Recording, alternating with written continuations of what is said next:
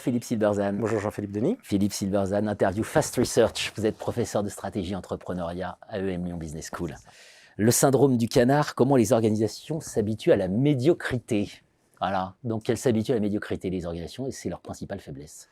Oui, alors la grande question, c'est le déclin des organisations. On pense souvent qu'il y a des grandes causes stratégiques, que ça peut être des erreurs, des grands choix. Alors bien sûr, ça existe. On oublie qu'avant tout, une organisation, eh bien, c'est composé d'humains qui interagissent ensemble. La sociologie a dit beaucoup de choses là-dessus.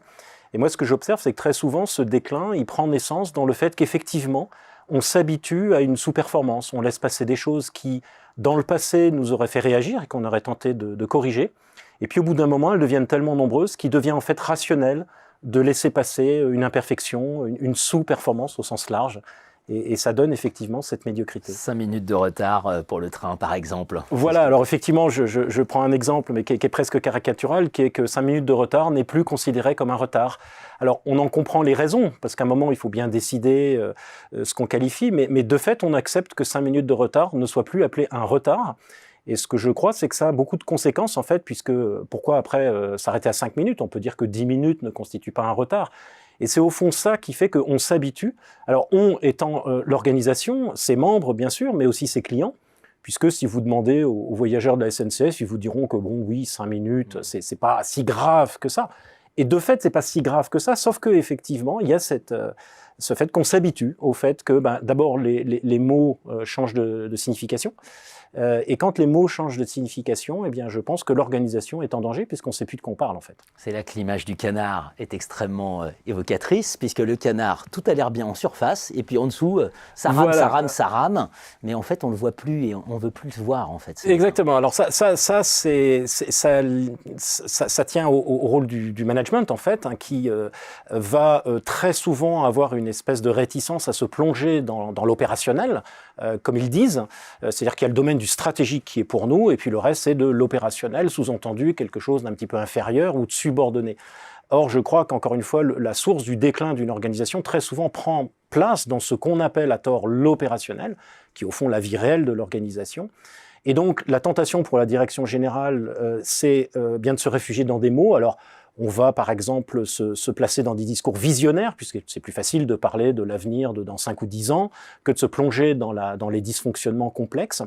Donc discours visionnaires ou discours sociétaux, pardon. Donc effectivement, en apparence, on a de grandes ambitions, tout va bien. Et dans la réalité, sous la surface, eh bien, on a des gens qui, au sein de l'organisation, souffrent parce qu'ils ont de plus en plus de mal à faire leur travail. Et là encore, au fond, s'habituent à cette médiocrité, puisque, au fond, personne n'a l'air de s'en plaindre, et en particulier pas, ou en tout cas pas directement, le top management. Évidemment, la solution, du coup, quand on est en haut, on va la chercher dans la technique. On se dit, on va essayer de résoudre les problèmes comme ça. Vous dites, c'est pas du tout là qu'il faut aller la chercher. Il faut aller la chercher dans un discours de vérité. Voilà, c'est ça. C'est-à-dire qu'effectivement, on va tenter alors de chasser des indicateurs. Le problème de l'indicateur, c'est que dans un système complexe, il constitue une solution technique. Alors, on sait que ça n'est pas la solution, puisqu'encore une fois, on est dans non seulement un système complexe, mais un système humain, donc encore plus complexe que les systèmes complexes naturels. Donc, on se réfugie dans la technique, ou alors on va mettre en œuvre des solutions de structure. On va créer un département de transformation, choisis ton nom, camarade. On va nommer de nouveaux responsables, on va rajouter des strates, etc. Donc, en fait, on met du bois pour éteindre le feu.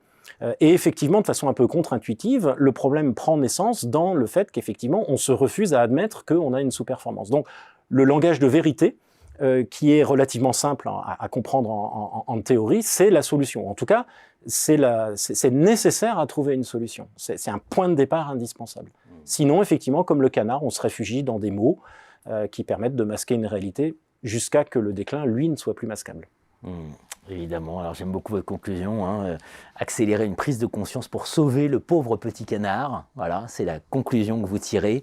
C'est un article, Le syndrome du canard, comment les organisations s'habituent à la médiocrité, c'est un des grands enseignements de la recherche en management, ça.